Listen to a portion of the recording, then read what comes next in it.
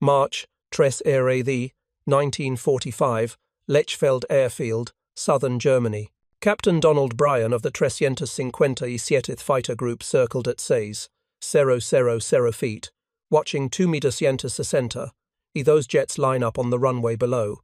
His 51 the Mustang, named Bonnie, carried full ammunition and 3/4 fuel. The German jets began their takeoff roll, engines spooling up, but Bryan did something that defied every fighter pilot instinct and training manual in existence. He extended his flaps, at 250 miles per hour, in a dive, directly toward an enemy airfield, bristling with anti-aircraft guns. The flaps deployment transformed his Mustang from a sleek fighter into a dive bomber, killing his speed instantly but giving him something more valuable: time. Those extra seconds of controlled deceleration allowed Bryan to track the accelerating 262 through his gun sight, compensating for the jet's rapid speed increase during its vulnerable takeoff run. His 650 caliber machine guns converged on the lead jet at 400 yards. The 260 exploded before reaching flying speed. This moment represented the culmination of months of tactical evolution, of pilots dying while learning how to hunt the world's first operational jet fighter. The technique Bryan used, diving with flaps extended, was so counterintuitive that it appeared nowhere in official doctrine. It violated fundamental principles about maintaining maximum speed in combat, yet it became the most effective method American pilots discovered for catching 260 during their most vulnerable moments, turning the Luftwaffe's technological marvel into predictable targets. If you're enjoying this deep dive into the story, hit the subscribe button and let us know in the comments from where in the world you are watching from today. The 262 Schwalbe represented a quantum leap in aviation technology that should have restored German air superiority over the Reich. By late 1944, Allied bomber formations darkened German skies daily, escorted by thousands of conventional fighters. The Messerschmitt 262, powered by two Junkers Jumo 004 turbojet engines, could reach 540 miles per hour in level flight over 100 miles per hour, faster than any Allied propeller fighter. In theory, these jets should have been invincible, able to attack bombers at will and escape before escorts could respond. But theory collided with brutal operational realities. The 262 Jumo 004 engines, revolutionary as they were, suffered from primitive metallurgy and catastrophic reliability problems. Each engine required replacement after approximately 25 hours of operation. The turbine blades, manufactured from chromadur alloy because Germany lacked sufficient nickel and chromium, operated at temperatures that caused rapid degradation. More critically, the engines responded sluggishly to throttle inputs, requiring gentle, gradual adjustments that made quick acceleration impossible during emergencies. These engine characteristics created fatal vulnerabilities during takeoff and landing. The 260's high-wing loading 294 kilograms per square meter required takeoff speeds exceeding 110 miles per hour. During the acceleration phase after releasing brakes, the jet needed nearly 30 seconds to reach flying speed while moving in a predictable straight line with no ability to maneuver. Any Allied fighter that caught an 262 during this phase had a nearly stationary target that could not evade, could not accelerate rapidly, and could barely defend itself. American fighter pilots recognized this vulnerability immediately after encountering the first operational 260 in autumn 1944. Photo reconnaissance identified jet bases at Achme, Hessepe, Rhein, Lechfeld, and Munich Riem. Intelligence analysis revealed that 262, having burned through most of their fuel during high-speed interceptions, had to return to these specific airfields.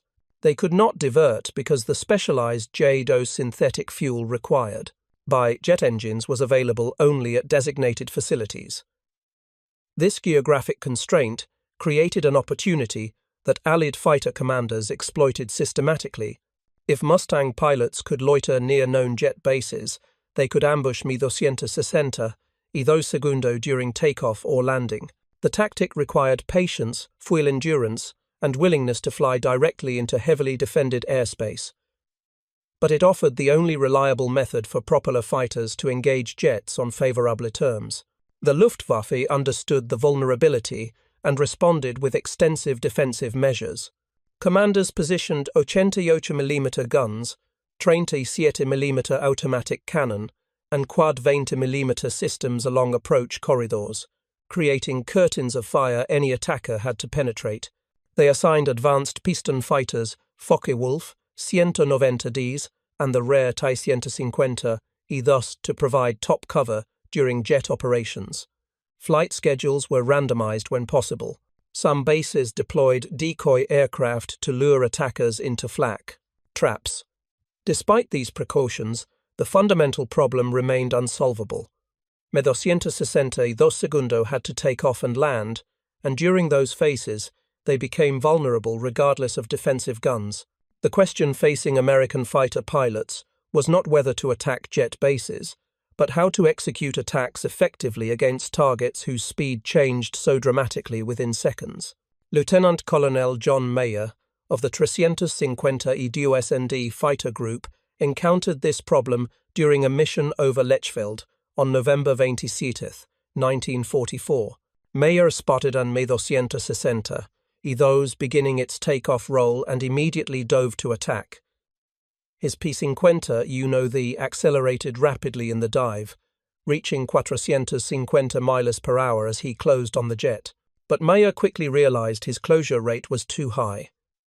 The Me 262 was accelerating from standstill toward 110 miles per hour. Mayer's Mustang was diving at 450 miles per hour and increasing. The relative speed difference meant Mayer had perhaps 1 second, maybe less, to aim and fire before overshooting his target. He squeezed off a burst that went wide as the jet flashed beneath him. Mayer pulled out of his dive, climbed back to altitude, and tried again on a second, Me 262. Same result. His speed was too high to track the target accurately during the brief engagement window. The jet reached flying speed and climbed away, while Mayer's frustrated burst hit empty runway. Mayer's experience was repeated across multiple fighter groups through late 1944. Pilots recognized the opportunity to catch jets during takeoff, but standard diving attacks proved ineffective. The Mustang's excellent dive performance, capable of exceeding 500 miles per hour in steep descents, became a liability when attacking slow-moving targets. Overshooting was inevitably, and pilots only got one pass before flak made second attempts suicidal. The problem was fundamentally one of physics and gunnery. To hit a moving target, pilots had to lead aim ahead of the target to compensate for its motion.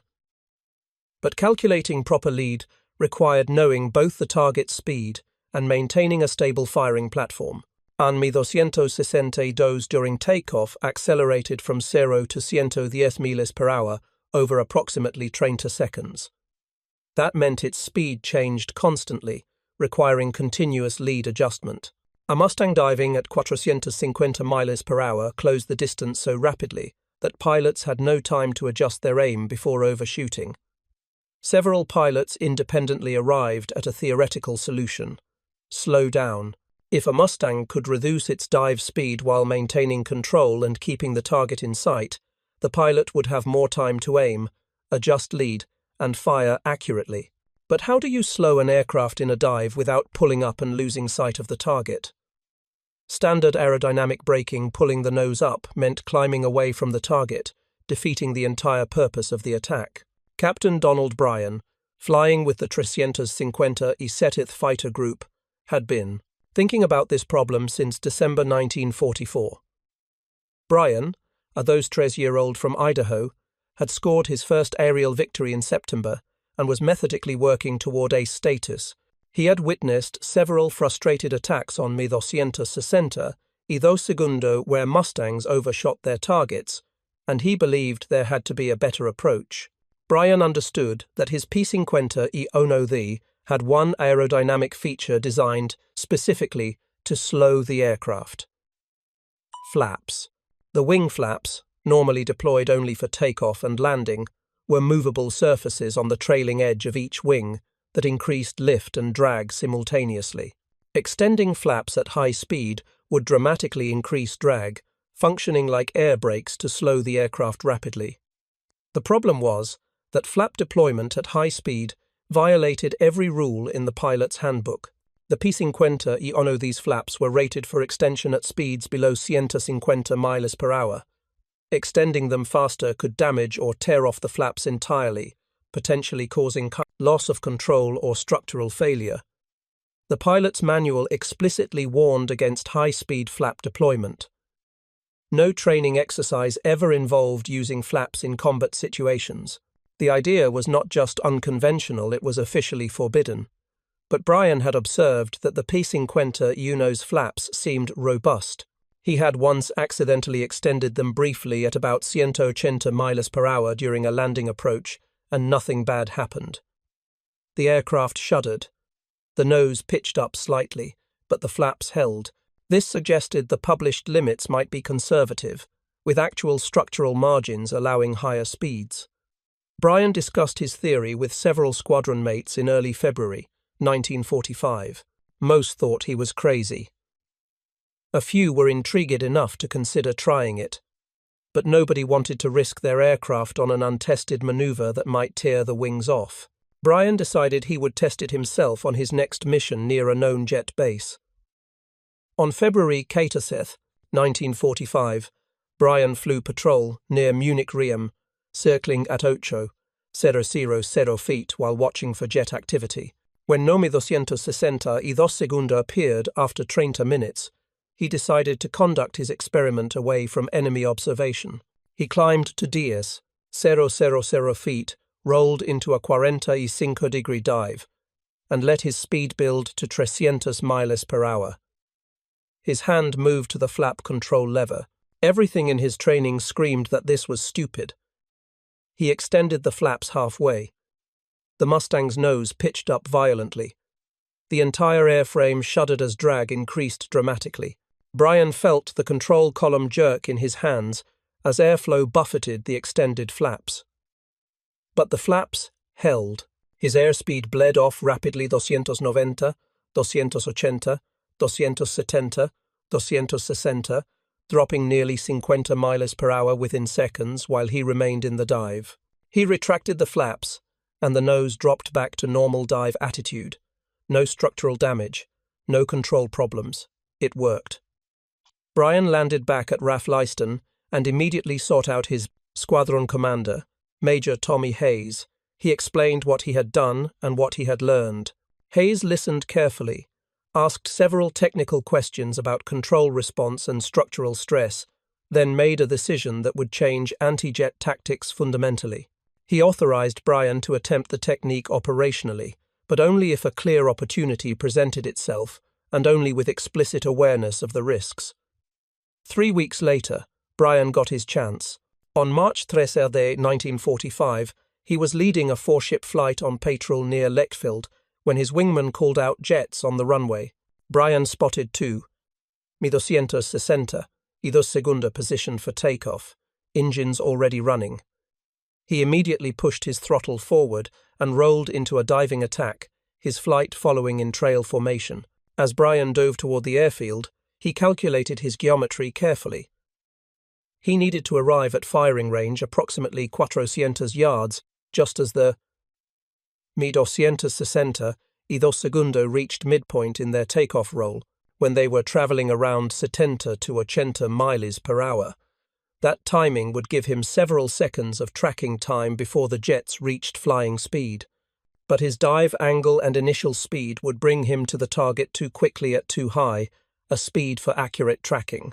At 280 miles per hour in the dive, still 000 feet above the runway, Bryan extended his flaps to the halfway position. The P50 these nose pitched up, and the aircraft shuddered violently as drag increased. His speed bled from 280 to 240 to 220 miles per hour within seconds.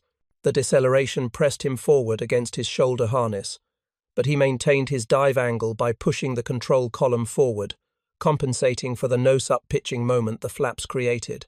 His gun sight picture stabilized.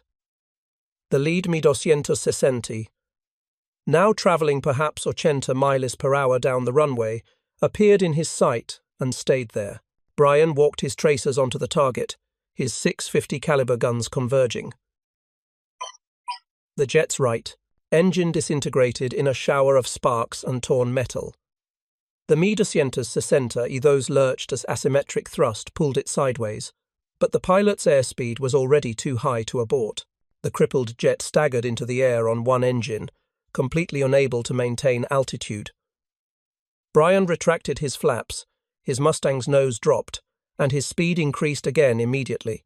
He closed to the Sienta's yards and fired a second burst, this time hitting the cockpit area. The 260 those rolled inverted and plunged into trees beside the runway, exploding on impact. Bryan's wingman, Lieutenant Robert Reynolds, had followed Bryan's dive and observed the flap deployment. Reynolds had no time to question the technique. He simply copied his leader's actions, extending his own flaps as he dove on the second 260 y those. Reynolds' gun camera captured the sequence. His Mustang's dive angle remained constant, while his airspeed decreased visibly, the dive speed indicator unwinding from 280 to 230 miles per hour. The second 260 y those grew larger in the camera frame at a controlled rate, not the blur of a typical high-speed pass. Reynolds fired at 350 yards, his tracers walking up the runway and into the jet's left engine and wing route. The 260 y dos exploded before leaving the ground, fuel tanks igniting in an orange fireball that consumed the entire aircraft. Both kills were confirmed by gun camera footage and Reynolds' witness testimony. When Bryan and his flight returned to Leiston, they faced intense questioning from intelligence officers who noticed the unusual dive characteristics visible in Reynolds' gun camera film. Bryan explained his technique, demonstrated the flap extension motion, and defended his decision to use an unauthorized maneuver. He expected reprimand or possibly disciplinary action for violating flight manual procedures. Instead, the intelligence officers immediately recognized the tactical significance. They requested permission to brief other squadron commanders on the technique.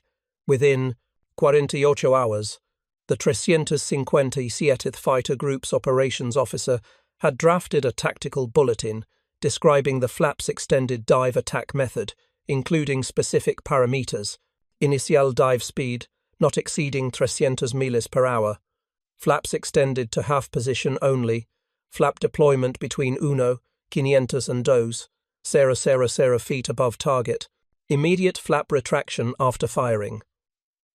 The bulletin distributed through 8th Air Force fighter groups by mid-March, though it came with explicit warnings about the risks. Flap deployment at these speeds was outside normal operational limits. Pilots, attempting the maneuver, accepted responsibility for any structural damage. The technique was recommended only for attacks on jet bases where slow, accurate tracking was essential and where standard diving attacks had proven ineffective. Captain Chuck Yeager of the 360 y Trezad Fighter Squadron, 357th Fighter Group, received the tactical bulletin on March 10th, 1945.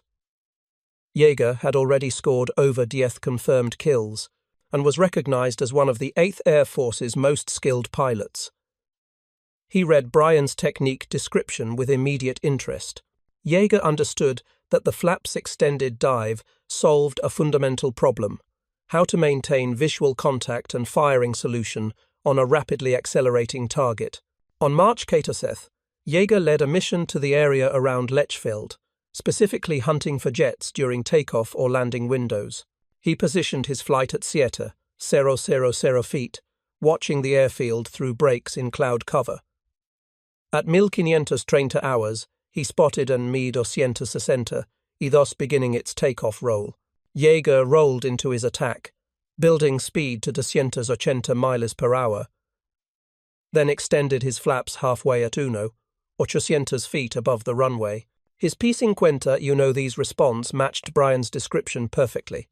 The nose pitched up, the airframe shuddered, and his speed decreased rapidly to about 220 miles per hour.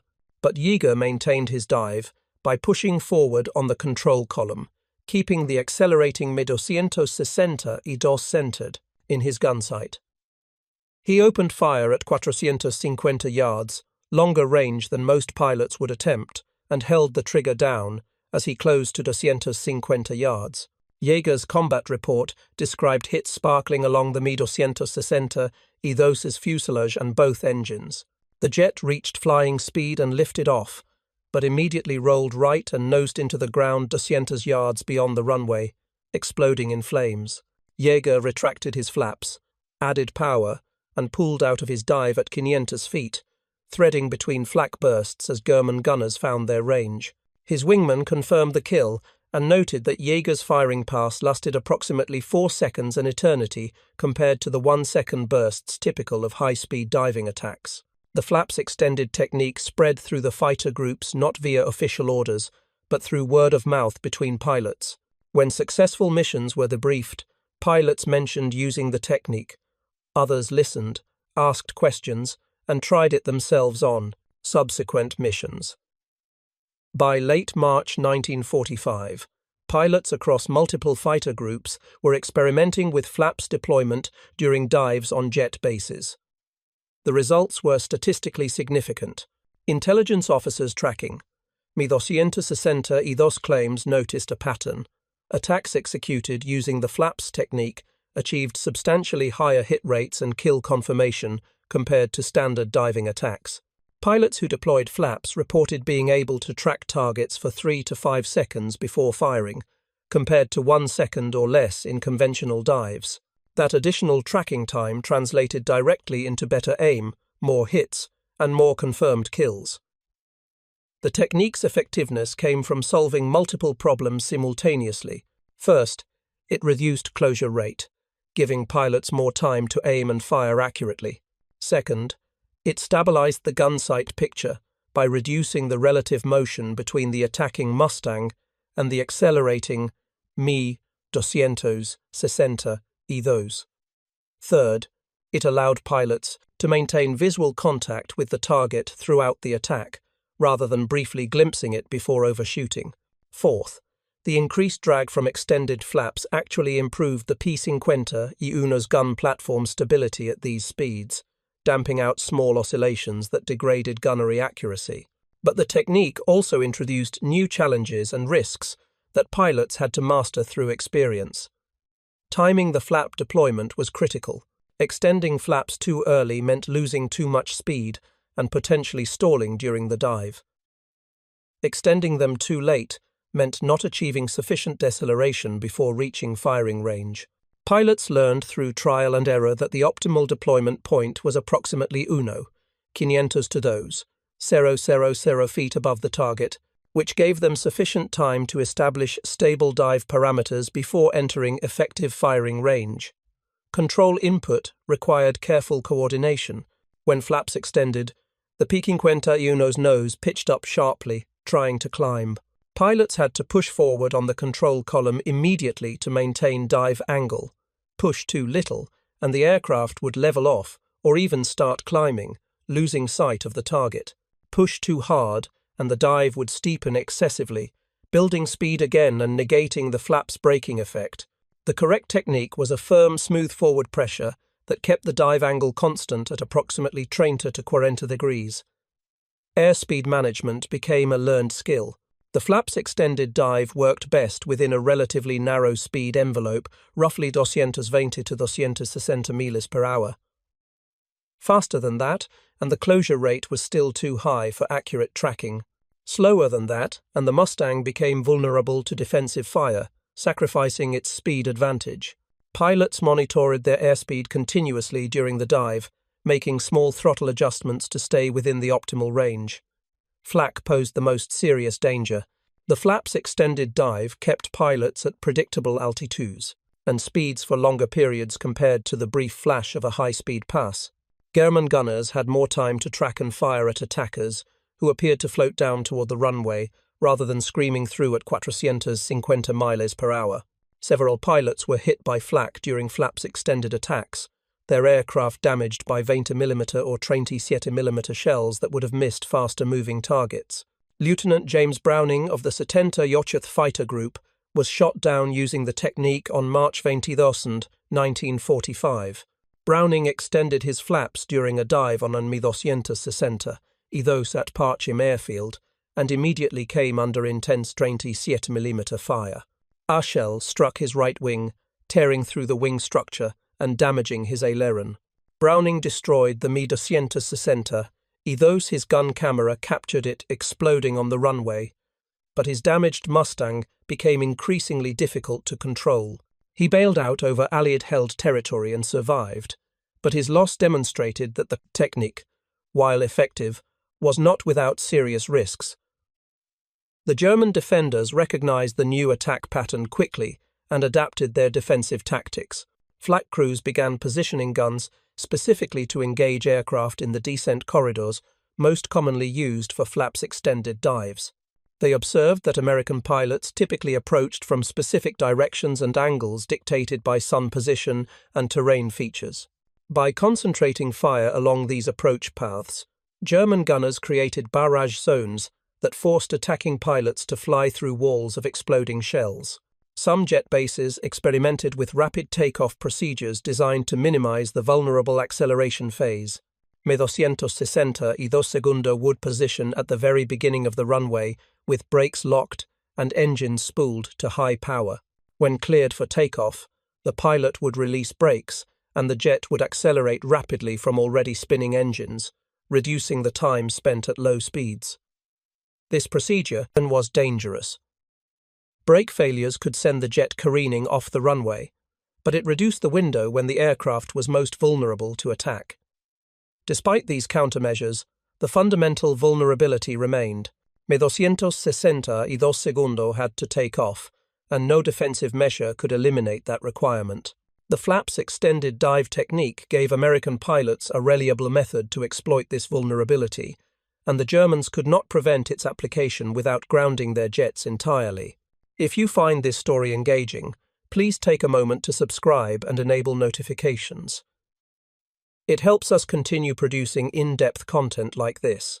By April 1945, the technique had become semi-official doctrine, incorporated into fighter group tactical procedures despite never appearing in formal Air Force manuals. Squadron commanders briefed it during mission planning.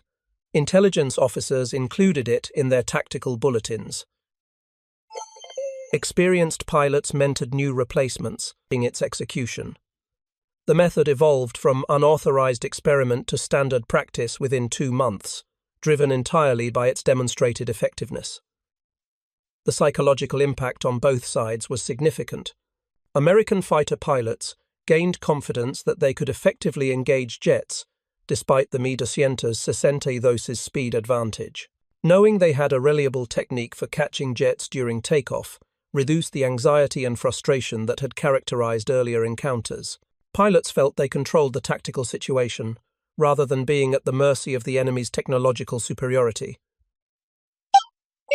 German Mi 260, those pilots experienced increasing dread around takeoff and landing phases.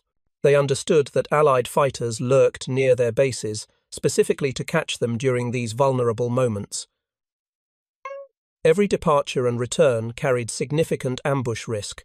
The knowledge that Allied pilots had developed specialized attack techniques that specifically targeted the jet's weaknesses created psychological pressure that affected performance and decision-making. The flaps extended dive technique reached its most devastating application during large-scale fighter sweeps against multiple jet bases simultaneously. On April 7, 1945, the 8th Air Force launched Operation Clarion, a coordinated attack involving over 300 bombers and 850 fighters targeting transportation and communication networks across Germany. Within this massive operation, fighter groups received specific tasking: suppress jet operations at identified Mi 262 bases. The 350th Fighter Group, now fully proficient in flaps extended attacks, was assigned Lechfeld and Munich Riem. The 350 ESND Fighter Group would hit Brandenburg-Brest. The Quattroth fighter group targeted Parchim. The timing was coordinated to catch jets during known operational windows when multiple aircraft would be taking off or landing simultaneously. Intelligence had identified morning and late afternoon as peak activity, periods when Mi 262 Segundo sorted to intercept Allied bomber streams. Captain Donald Bryan, the technique's originator, led a 16-ship formation toward Lechfeld at dawn. His flight arrived over the airfield at 06:45 hours to find 3. Mi 262 Segundo on the runway preparing for takeoff and 2 more in the landing pattern, returning from early morning patrols. Bryan immediately split his formation. 8 Mustangs would attack the jets on the runway. 8 would engage the landing aircraft. This coordination would maximize pressure and prevent German fighters from providing mutual support. Bryan himself targeted the lead, Mi 262, beginning its takeoff roll. He established his dive from 7,500 feet, building speed to 290 miles per hour before extending flaps at 0,000 feet altitude. His Mustang's nose pitched up sharply as drag increased, but Bryan pushed forward smoothly, maintaining his 35-degree dive angle. The Mi 262 grew steadily larger in his gun sight, its speed increasing from standstill toward flying velocity. Bryan opened fire at 500 yards, an unusually long range, but his stable platform and slow closure rate gave him confidence in his aim. His tracers walked toward the accelerating jet, adjusting lead continuously as the target's speed changed. Hits sparkled along the Mi 262's right wing and engine. The jet's pilot, Oberleutnant Hans Fay, felt his aircraft shudder as 50 caliber rounds tore through his starboard engine. The Jumo 004 disintegrated, turbine blades fragmenting and tearing through the engine cowling. Fay attempted to abort the takeoff, chopping throttle on both engines and applying brakes, but his airspeed had already reached 95 miles per hour, too fast to stop safely on the remaining runway. The Mi 260, those careened off the runway surface into soft ground beyond, the undercarriage collapsing as the aircraft dug into soil. Fay survived, crawling from the wrecked jet as it caught fire, but his aircraft was a total loss. The deceased Mi 262 Bryan would be credited with destroying or damaging during the war. Simultaneously, Lieutenant Robert Reynolds attacked the second Mi 262 on the runway. Reynolds had flown as Bryan's wingman during the original flaps extended kill on March 3 and had since scored 2 additional jet kills using the technique. His dive parameters were nearly identical to Bryan's: 290 miles per hour initial speed, flaps extended at 800 feet, deceleration to 230 miles per hour, firing commenced at 450 yards. Reynolds' burst caught the Mi 260, those piloted by Lieutenant Gerhard Thieben, just as it reached flying speed. The jet lifted off the runway and immediately rolled right as Reynolds' rounds destroyed its left engine and severed hydraulic lines to the control surfaces. Thieben had no control. The Mi 260 those inverted and dove into the ground 400 yards beyond the runway threshold, exploding with such violence that the fireball was visible to other pilots 10 miles away. The third Mi 260 those on the runway, witnessing the destruction of the 2 aircraft ahead of it, attempted to abort takeoff before beginning its roll. But the pilot's hesitation proved fatal. Lieutenant James Stewart, diving third in the attack sequence, caught the stationary jet with a concentrated burst that set its fuel tanks ablaze. The aircraft burned on the runway, creating a smoke column that marked the airfield for miles. Meanwhile, the 8 Mustangs assigned to intercept landing, Mi 260 Segundo, achieved devastating results through coordinated attacks that exploited the flaps technique's precision. Major Tommy Hayes led this element, positioning his flights on either side of the known landing approach corridor.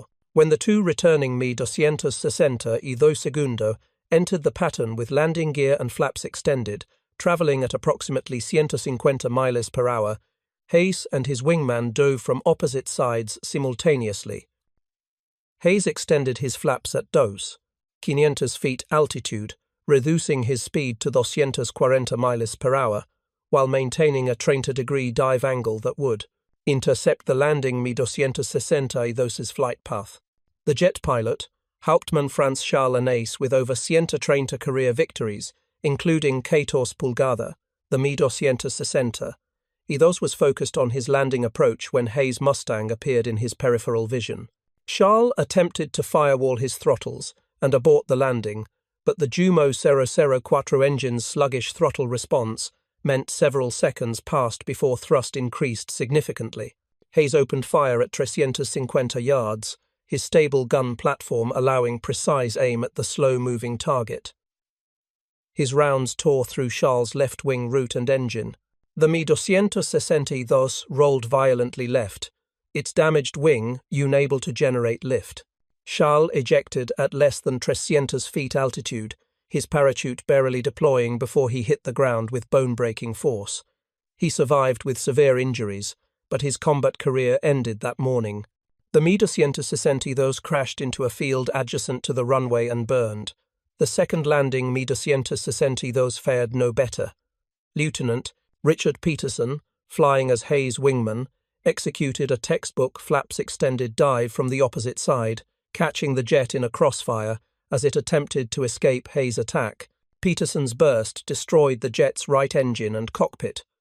The pilot, Oberfeldwebel Heinz Arnold, died instantly. The 262 impacted the ground in a vertical dive, disintegrating on impact. The entire engagement at Lechfeld lasted less than 4 minutes. 262 seconds destroyed, multiple German pilots killed or seriously wounded, and the airfield rendered temporarily unusable due to burning wrecks blocking the runway. The 357th Fighter Group suffered no losses. 2 Mustangs sustained minor flak damage but returned safely to base. The mission demonstrated the devastating effectiveness of coordinated flaps extended attacks executed with tactical precision. Similar results occurred at other targeted airfields that morning. The 352nd Fighter Group destroyed 4. 262 Segundo at Brandenburg-Brest, using identical tactics. The 4th Fighter Group caught 3 jets at Parchim, destroying 2 and damaging the 3rd so severely, it crashed attempting an emergency landing. Across all missions, American fighters destroyed or damaged 14. 262 Segundo during Operation Clarion's jet suppression effort, representing a significant portion of Germany's operational jet force. The cumulative effect of these attacks went beyond simple attrition numbers. Each successful flaps extended attack reinforced German pilots' understanding that they were most vulnerable during precisely those flight phases they could not avoid. The psychological burden of knowing that takeoff and landing unavoidable procedures required multiple times daily carried high probability of ambush-affected pilot decision-making and combat effectiveness, even when no attacks occurred. German jet pilots began requesting transfers back to conventional fighter units, despite the 260's technological advantages. Unit commanders reported declining morale and increasing reluctance to fly multiple sorties per day. Some pilots admitted in post-war interviews that the stress of constant ambush threat during takeoff and landing created more psychological pressure than actual combat against bombers or escort fighters. The fear was not of enemy fire, but of helplessness, being unable to fight back or escape during those vulnerable seconds. The Luftwaffe attempted several countermeasures specifically designed to defeat flaps extended attacks. Fighter cover over jet bases increased, with FW 199 Segundo and TAR 150. H fighters assigned to engage any Allied aircraft attempting diving attacks on takeoff and landing. 262 Segundo. These piston-engine fighters had orders to ignore bombers and focus exclusively on protecting jets during vulnerable phases. This defensive doctrine achieved mixed results. German pilots did intercept and shoot down several Mustangs attempting attacks on jet bases, but the defensive fighters faced their own vulnerabilities. They had to remain at relatively low altitudes to provide effective cover, which negated any altitude advantage. American escort fighters flying top cover could dive on the German defensive fighters, forcing them into defensive maneuvering that pulled them away from the jets they were supposed to protect. The coordination required between jet operations, defensive fighters, and flak was extremely difficult to maintain under combat conditions. Some jet bases experimented with smoke screens to obscure runways during landing and takeoff operations. Smoke generators positioned around airfield perimeters would activate when jets were operating, creating dense clouds that made visual acquisition difficult for attacking fighters. This technique showed promise but introduced new problems.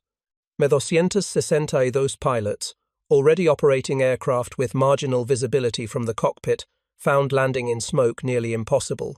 Several accidents occurred when pilots misjudged their altitude or runway position while attempting to land through smoke. The accident rate from obscured visibility sometimes exceeded losses to enemy action, making the defensive measure counterproductive. German tactical doctrine evolved to emphasize dispersed operations using sections of Autobahn as auxiliary runways. These improvised airstrips, hidden in forests and camouflaged extensively, allowed 262 to operate from locations Allied intelligence had not identified. But Autobahn operations introduced severe logistical challenges.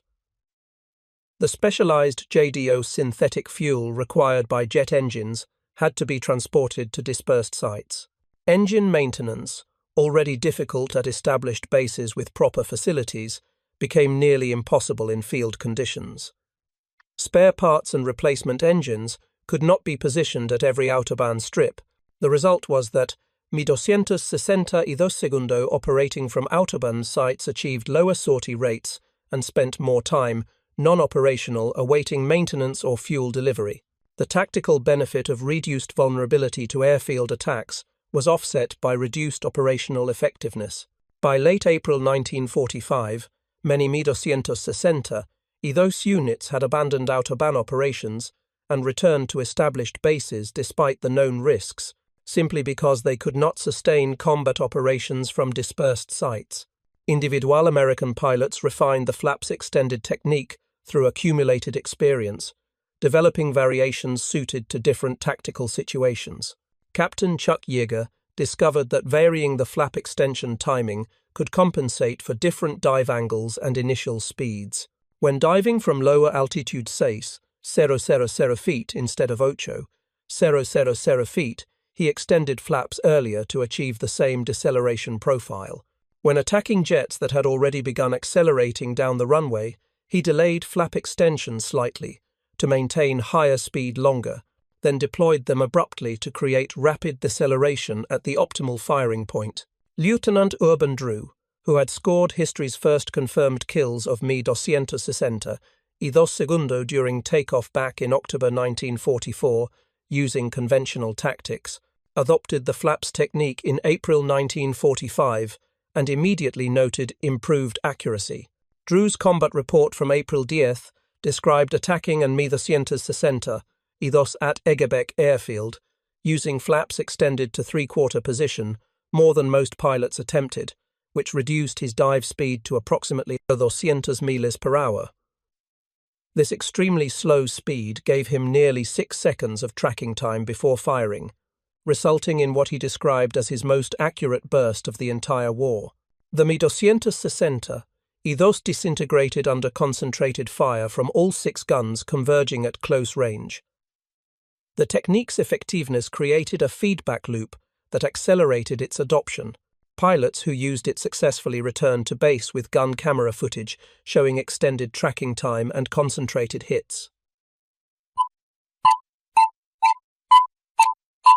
During intelligence debriefs, immediately recognized the advantages. The next day's missions would include more attempts at flaps extended dives. Within weeks, the technique became standard procedure taught to replacement pilots arriving from the United States, despite never appearing in official training curricula.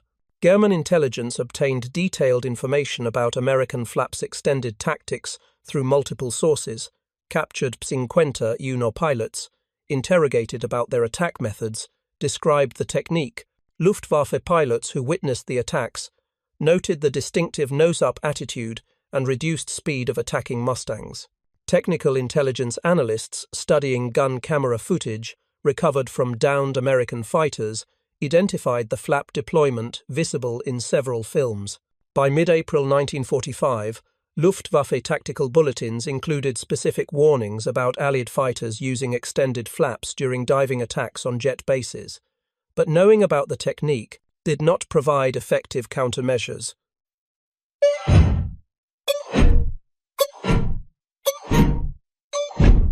The fundamental vulnerability remained unchanged. Me 262 segundos still required 30 seconds to accelerate from standstill to flying speed, during which they were predictable targets following a straight-line path. No amount of defensive preparation could eliminate this basic operational requirement. German commanders could only try to minimize exposure by limiting sortie numbers, varying takeoff times, and providing maximum defensive fire support. None of these measures proved sufficient. The final weeks of Me 262 operations in April and early May 1945 were characterized by sporadic activity as Germany's military infrastructure collapsed. Fuel supplies, already critically short, became almost non-existent. The specialized JDO synthetic fuel required by Me 260 engines came from facilities that were captured, destroyed, or cut off from transportation networks. Some jet units flew their last combat missions literally burning through their final reserves, knowing no resupply would arrive. Lieutenant Colonel Elwin Righetti of the 55th Fighter Group scored one of the war's final Me 262 kills using the flaps extended technique on April 17, 1945. Righetti led a fighter sweep to Leipzig-Mockau airfield and caught an Me 262 during its takeoff roll. Righetti's dive, executed with flaps extended at 600 feet altitude, brought him to firing position just as the jet reached approximately 90 miles per hour. His burst destroyed the Me 262's right engine. The jet swerved off the runway and exploded. Righetti himself was killed minutes later when ground fire hit his Mustang during a strafing pass on parked aircraft. He died without knowing his Me 262's kill would be among the last scored by American fighters in Europe. The final tally of Me 262's losses revealed the cumulative impact of Allied tactics developed specifically to exploit the jet's vulnerabilities. Of approximately 200 to 300 Me 262 segundo that saw combat or operations during the war, Allied forces destroyed roughly half during takeoff or landing phases rather than air-to-air combat. American P-50 Mustang pilots were credited with the majority of these kills, with the flaps extended dive technique accounting for a substantial portion of victories achieved after March 1945. Statistical analysis by 8th Air Force intelligence officers documented the technique's effectiveness quantitatively. Attacks executed using standard diving tactics no flaps, high-speed passes, achieved approximately 15 to 20% hit probability against Me 262 segundo during takeoff. Attacks using flaps extended dives achieved 45 to 55% hit probability. This threefold improvement in accuracy translated directly into more kills per attack and fewer wasted sorties. For a tactical innovation that required no new equipment, no aircraft modifications, and only minor procedural changes, the effectiveness gain was remarkable. The technique's legacy extended well beyond World War II, influencing air combat doctrine and aircraft design for decades. Military aviation theorists, studying the Me 260 versus Mustang engagements, identified a fundamental principle. Speed advantages could be negated by attacking during predictable flight phases, where speed was constrained by physics or operational requirements. This principle informed Cold War air defense planning, particularly regarding interception of high-speed bombers during their landing approaches when fuel exhaustion limited their tactical options. Aircraft designers incorporated lessons from the flaps extended dive technique into subsequent fighter development. The recognition that controllable high-drag devices provided tactical advantages led to dedicated air brake systems becoming standard equipment on jet fighters. The Forschenta E6 Sabri, developed in the late 1940s, featured large speed brakes specifically designed for use during combat maneuvering. These allowed pilots to decelerate rapidly without sacrificing altitude or losing visual contact with targets, essentially formalizing the principle that Bryan had discovered by improvising with landing flaps. The United States Air Force Weapons School, established in 1949 to train fighter pilots in advanced tactics, included case studies of the flaps extended technique in its curriculum. Instructors used gun camera footage from Bryan, Yeager, and other pilots to demonstrate how innovative thinking and willingness to experiment could overcome apparent technological disadvantages. The lesson emphasized that tactics mattered as much as technology that properly employed. Even inferior platforms could defeat superior ones by exploiting specific vulnerabilities. Chuck Yeager, who had achieved ace status partly through effective use of the flaps extended technique, went on to become America's first supersonic pilot when he broke the sound barrier in the Suno rocket plane on October 1947. In interviews decades later, Yeager frequently mentioned his World War II experiences hunting. Mi 260 y 2 segundos formative in developing his approach to test flying. The same analytical thinking that led him to experiment with flaps during combat dives informed his methodical approach to exploring unknown flight regimes during his test pilot career. Donald Bryan, the technique's originator, completed his combat tour in May 1945 with 6.5 confirmed aerial victories, several of which were Mi 260 y 2 segundos destroyed using his innovative method. After the war, Bryan remained in the Air Force and served as a fighter instructor, where he taught the flaps extended technique to new pilots. He retired as a colonel in 1968 after a 24-year career. In a 1983 interview for an aviation history journal, Bryan reflected on his decision to experiment with high-speed flap deployment despite it violating regulations. "I knew the book said not to do it," Bryan explained. "But I also knew German jets were killing bombers, and we needed a way to stop them. Sometimes you have to be willing to try things that haven't been tried before. Sometimes you have to trust your own judgment over what the manual says." The manual was written by engineers who never faced an Mi 262 taking off. I did, and I found a way to shoot it down. This attitude, prioritizing practical effectiveness over doctrinal orthodoxy, characterized many of the most successful American fighter pilots. The willingness to experiment, to adapt tactics based on observed results rather than theoretical predictions, gave American aviation a decisive advantage in multiple conflicts. The flaps extended dive was just one example, among many where individual initiative and creative problem-solving produced tactical innovations that official doctrine had not anticipated. The human cost of the Mi 260 y 2 versus Mustang engagements affected both sides severely but asymmetrically. American fighter pilots killed during attacks on jet bases died far from home, often in crashes after flak damage or during bailouts over hostile territory. But American losses, while tragic for the individuals and their families, did not significantly impact overall fighter effectiveness. The replacement pipeline from training bases in the United States continuously provided new pilots. Lost aircraft were replaced within days from production lines operating far from combat zones. German Mi 260 y 2 pilots represented irreplaceably expertise lost at rates that Germany's collapsing training infrastructure could not sustain. Each pilot killed during takeoff or landing had typically survived months or years of combat, accumulated hundreds of flight hours, and possessed skills that required extensive training to develop. The loss of these experienced aviators hurt the Luftwaffe far more than the loss of the aircraft themselves.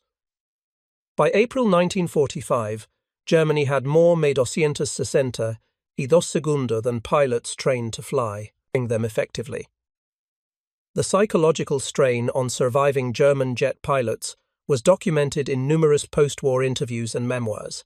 Oberst Johannes Steinhoff, commanding officer of Jagdverband 44, the elite 260, ETHOS unit formed by Adolf Galland, described the constant tension around every departure and arrival. "We knew they were waiting for us," Steinhoff recalled. "Every takeoff we wondered if this would be the time American fighters were above us. Every landing we had to scan the sky, looking for diving Mustangs. You could not relax until your wheels stopped on the ground and you had shut down engines. Even then, we knew they might strafe the field before we could get clear of our aircraft." This constant vigilance took a mental toll that affected performance and decision-making. Several German pilots admitted in post-war interviews that they sometimes cut combat missions shorter than necessary, returning to base with fuel still remaining, because anxiety about landing made them uncomfortably staying aloft longer.